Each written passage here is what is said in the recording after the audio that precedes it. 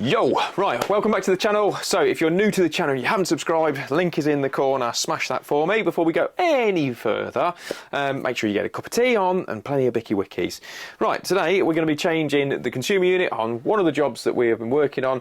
So we are here, we're going to be doing a kitchen replacement, but Steve's asked me to come in first and foremost to get the house tested, make sure we're all good. The board was an old 16th edition board, so plastic, RCD protection only on half of the circuits, in fact less than half of the circuits, and we have altered loads of things. There is more work coming on here, this property, so it made sense basically to bring it all up to date. So today we're going to be fitting the BG Fortress board. So I know I've been banging on about these recently. They're really good. In fairness, it's not a paid promotion by them whatsoever. This is genuinely, I've paid for that, it's on my account. I've just really enjoyed fitting them. They're a really good board. But anyway, we'll get into all that in a minute. So let's show you where we're at right now. So this is my setup right now. We have got the freezer in the way, big massive fat tool chest, and the consumer unit is here. Well, is here, was there. So it's all mounted up, it's quite tight. So what I've done is I've straightened up all the cables as we stand right now. We've marked each and every one up, because what I'm intending to do now, and it hasn't always been the case, I'll try and move that back round. So it hasn't always been the case. So what I tend to do now is, as it was previously, like on these old boards, they're a pain in the backside getting the lids up. I'll tell you what, have it. I apologise about the clean face, it seems a bit weird for me. I look about 12 just before you point that out. So what I tend to do now is number 1, 2, 3, 4, 5 and so on, and I try and keep that as a continuity on the new board, because it's a RCBO board going in with SPD. I just tend to find that it keeps continuity all the way through. You don't have to do that, but it's just the way it's already labelled out. So if we tested this, then obviously it just makes life easier as well. It doesn't always work. So one of the things I tend to do, I don't know why I'm rushing on the talking, it's a bit weird. But anyway, so ripped a bit of cardboard off, you probably can't see that at all, but I'm actually wrote down every single size of the previous MCB that's fitted in there, and obviously it's RCBOs going in. So underneath, so just the other side is we've got the meter cupboard with its isolator in there. So we've turned that off. We've got another additional socket underneath, which is a fairly straightforward little 16 amp. We've got another lighting one that's been chucked in and goes off that way. Yada yada yada, it is what it is. So what I'm hoping to do is, hopefully I've got enough room on the tails to come up, because there's a bit of a slack on there. I would like to do a DIN rail entry, so I'm going to show you what a DIN rail entry looks like, if you don't know. So a DIN rail entry, okay, so for obvious reasons we've got said DIN rail in the board. So the idea is that I'm going to be coming either in line with it, or just above, or just below, depending on the slack. There's not that much slack in there, so it's more likely going to be above if I can. If not, I'll just go for traditional with the old knockout and get going. There is some modifications coming for this board that I can't really say anything about at the minute, but there is some modifications coming. But yeah, overall, just quickly overview on the board. What I like about these, in fairness, like I say, it's not a paid promotion by them. It's just me telling you guys why I like these now. They hadn't always, BG had a bad rep originally, because they were fitted by a lot of sort of DIY Daves, should we say. So they ended up getting tarred with a bad rep.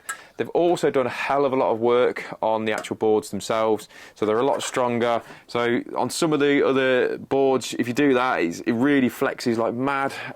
So especially if you're using standoffs, to obviously, you know, bring the board off the wall, there's a hell of a lot of flex, to the point where you can't put the lid on in some situations. And they're pressed out of one piece, apparently, and that's why I like them so much, in fairness. And the other thing with the RCBOs as well, the flying leads on them are massive, so it doesn't matter what configuration you go, you can obviously get round all that. There is Another thing that I do like about having the longer flying lead, you can shorten them if you want to, but I've got another cheeky little method of not having to shorten them, so that's another job that I don't have to do. But there's a way of tidying them up so you wouldn't notice anything different anyway. But yeah, so what I'm going to do is I'm going to get that all sorted for mounting up onto the wall. Okay, so DIN rail entry. So it is exactly what it says on the tin. So what I do with mine is I'll take off the DIN rail, all the main switch out and the SPD and all that lot. So I've got just an outer shell, because this will actually make life a lot easier for me. So what I generally do is mark on the back. So I mark on the back where the MCB for the SPD finishes, and then work that way, because I tend to find there's no point putting it behind there because it's actually in the wrong position. So I do various different sizes depending on what size cable starts and all that sort of stuff.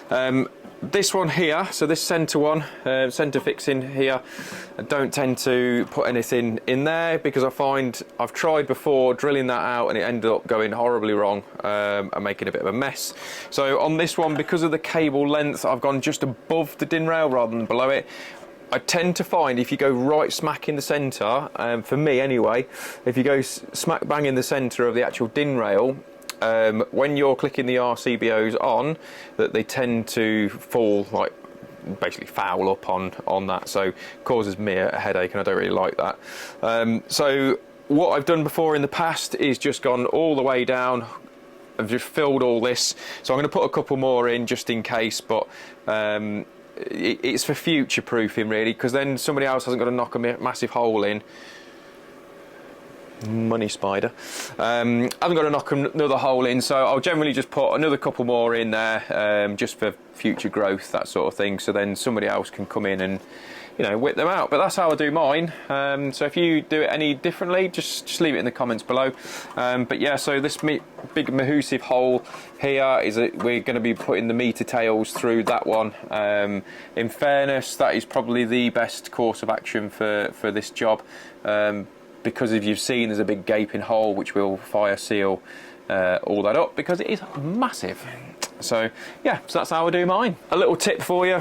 So because we've got a lot of the metal cuttings from obviously when we're doing the hole sawing, so if you get yourself a magnet, so this is on the bottom of our Unilight, get a tissue like that, so stick that on the bottom of it, and then if you are trying, so I'm using nickel lace, so you can just rub that all the way over it and it will pick all the bits and bobs up like that, and then, oh, you are going all over the place, and then basically it doesn't stick to actual magnet, you don't get it onto your hands, and you can just take it away and throw it off.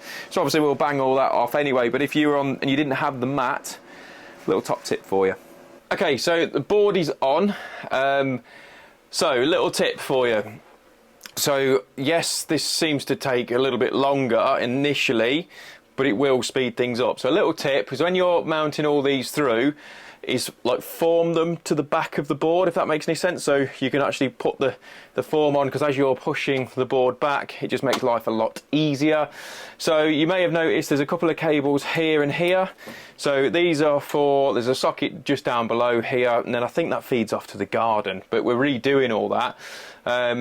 So there is a garden feed that's going in, so we're going to be using, so we're going to put some stuffing glands in when I come to sort those bits out.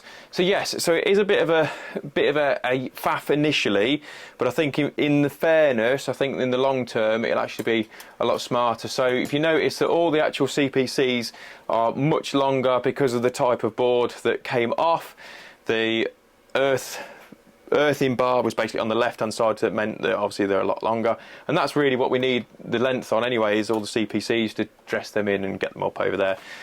So yeah, so I just thought I'd show you that bit. So it is quite awkward initially, like I say, but it's fine.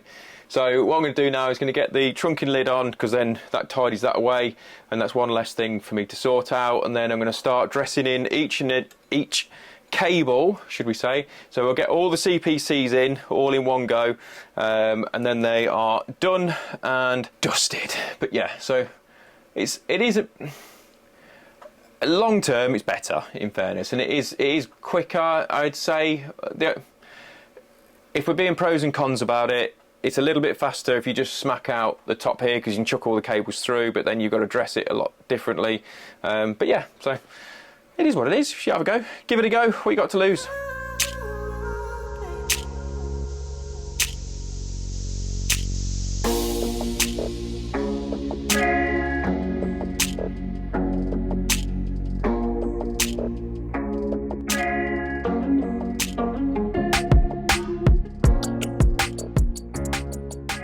So as you've seen, RCBOs go in, so I tend to use some zip ties and get them round here. So you zip tie them as you go in, and then what you do as you're zip tying, you're kind of dressing it in, so that manages to tuck them up behind like the buzz bar itself, and then that's plenty neat enough. You've not had to waste any time shortening all these up and putting bootlace ferrules back on.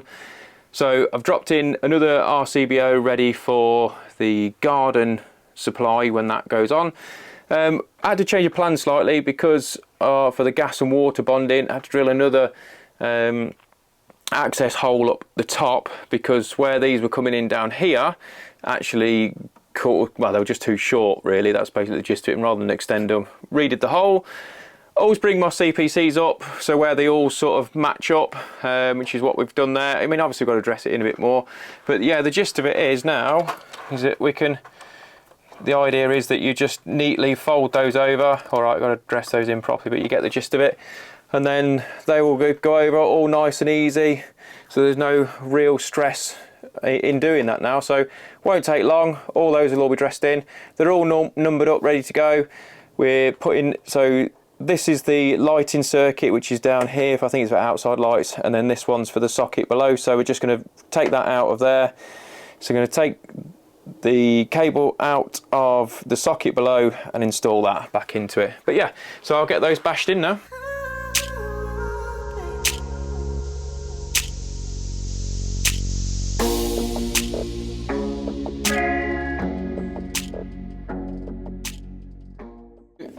Because this socket is literally just here, it's going to make life a lot easier, make more sense if I just rewire it. There's no point in trying to join that or anything, it literally just comes to here. So the best solution for this is to rewire.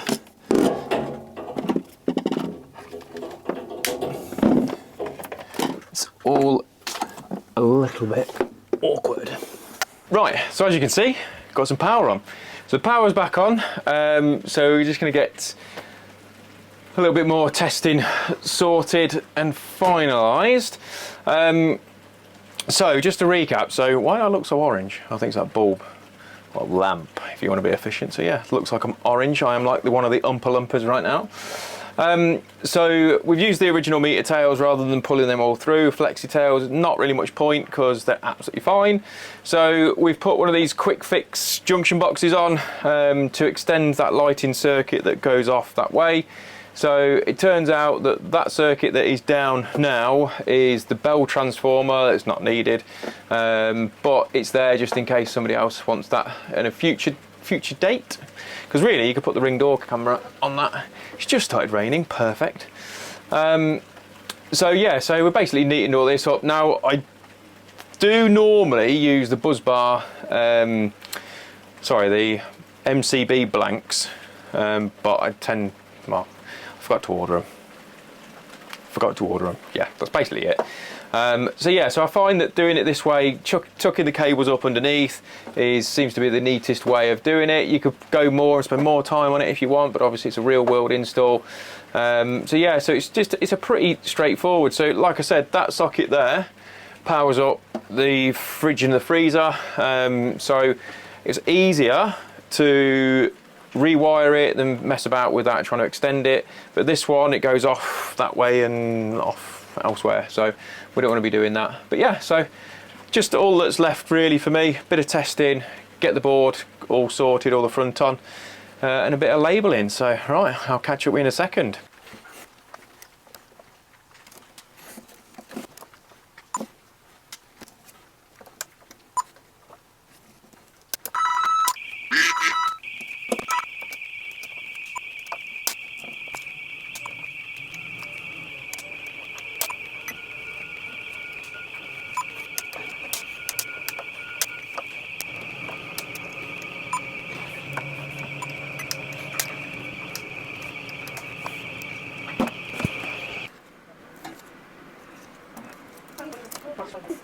that holds them up, but I keep forgetting to order it. But yeah, so you'll notice that a couple of these are down. So we've got the shed supply here that is down because I've not done that yet, so there's nothing on the end of it. And this one is the doorbell. Like I said earlier on, it's that the doorbell is no longer needed.